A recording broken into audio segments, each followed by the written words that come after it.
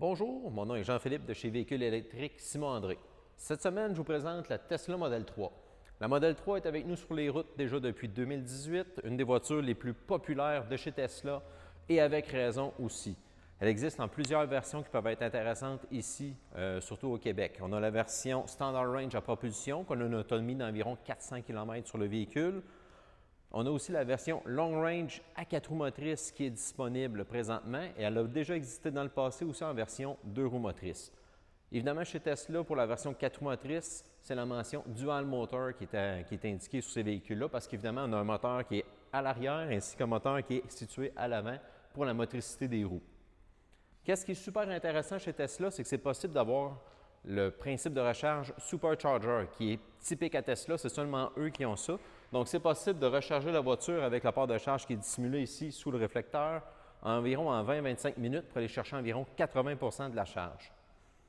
Pour l'accessibilité à bord, évidemment, c'est une voiture régulière, là, un petit peu plus basse là, que les autres voitures qu'on peut voir un peu comme les Chevrolet Bolt là, sur la route qui sont un peu plus hautes. Donc, voiture un peu plus basse, accessibilité quand même très aisée. Et puis, le confort des sièges est très intéressant pour faire de la longue route. Tableau de bord très épuré. Pas mal tout se passe dans l'écran central qui est juste ici. Tout ce qui est commande de chauffage, les commandes de radio, téléphone, tout est situé dans l'écran. Accessibilité à bord aussi du côté des places arrière, très aisée. La porte rouvre très grand, donc une belle accessibilité aussi à l'arrière.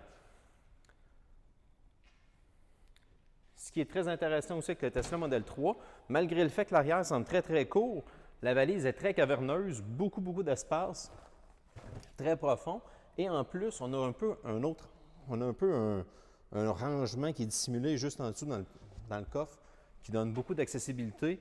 Et côté espace de rangement, on a même de l'espace sous le capot avant qui est appelé le frunk, donc encore de l'espace de rangement. Donc, évidemment, si vous avez des questions sur peu importe le véhicule, que ce soit un hybride branchable ou un 100% électrique, n'hésitez pas à nous contacter chez Véhicules électriques Simon-André.